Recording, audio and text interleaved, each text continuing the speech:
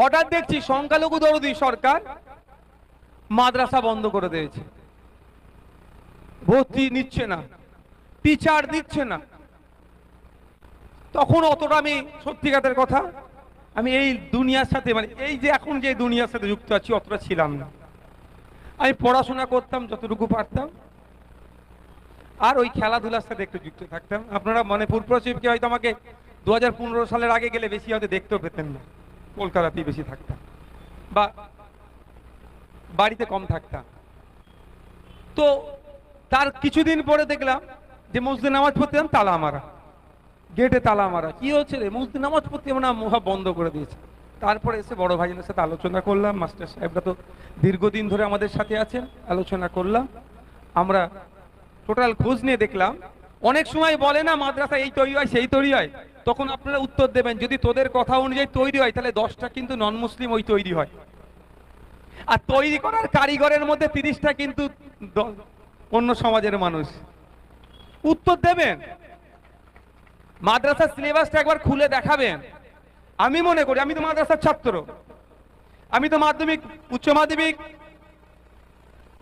দিয়েছি, কামেল বিয়ে দিয়েছি, মাস্টার্স ডিগ্রি করেছি। আমি মাধ্যমিকের কথা বলছি। মাধ্যমিকে স্কুলের সিলেবাসে সেকেন্ডারি এডুকেশনে যে কটা সাবজেক্ট থাকে মাদ্রাসাতেও সেম অত কটাই সাবজেক্ট থাকে, উল্টে আরো অ্যারাবিকের সাবজেক্ট বেশি হয়। তাহলে মাদ্রাসার ছেলেদেরকে আরো বেশি লোড নিতে হয়। আমরা কি করি, আমাদের যারা সেকেন্ডারি এডুকেশনে যারা নিয়ে বোর্ডে যারা পড়াশোনা করছেন, জিওগ্রাফি যে অধ্যায়গুলো পড়াশোনা করে 100 নাম্বারের পরীক্ষা দেয়, মাদ্রাসার ছেলেদেরকে অতটাই পড়ে ওটা 50 নম্বর দিতে হয়। এটাই শুধু ডিফারেন্স। কিন্তু পড়াশোনাটা কোন অংশে কম করতে হচ্ছে না, যে 50 বলে কম পড়বো, 100তে বেশি পড়তে হবে ওটা না।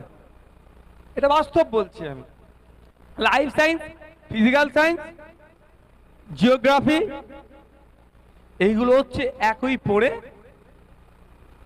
স্কুল এডুকেশনে অর্থাৎ সেকেন্ডারি এডুকেশন বোর্ডে 100 নম্বরের পরীক্ষা, মাদ্রাসা এডুকেশন বোর্ডে 50 নম্বর। এইটুকু দফা।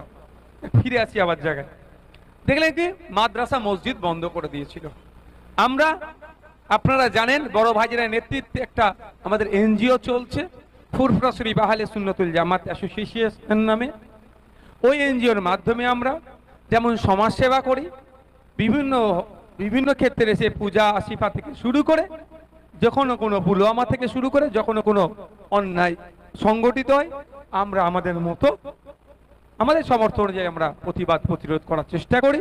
যখন কোনো বিপর্যয় ঘটে সেখানে আমরা তাদের পাশে দাঁড়ানোর চেষ্টা করি। আমরা হুগলি ডিএম ডেপুটেশনে আমরা প্রোগ্রাম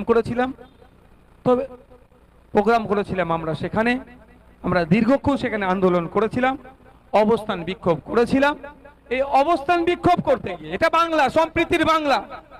আজকে সম্প্রীতির বাংলাতে কি করছে, আমি যে কথা বলবো তো অনেকে আমার কথার সাথে সহমত হতে নাও পারে, কিন্তু বলতে হবে।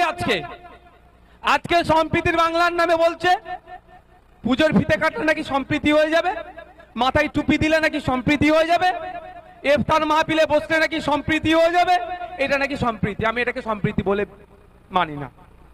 আমার সম্প্রীতি মানে ওটাই, পুজোর সময়ে কোনো দুষ্কৃতি না, পুজো মণ্ডপের আশপাশে যারা পুজো পালন করছে তাদেরকে না ডিস্টার্ব করে, সেটা দেখার নাম হচ্ছে সম্প্রীতি।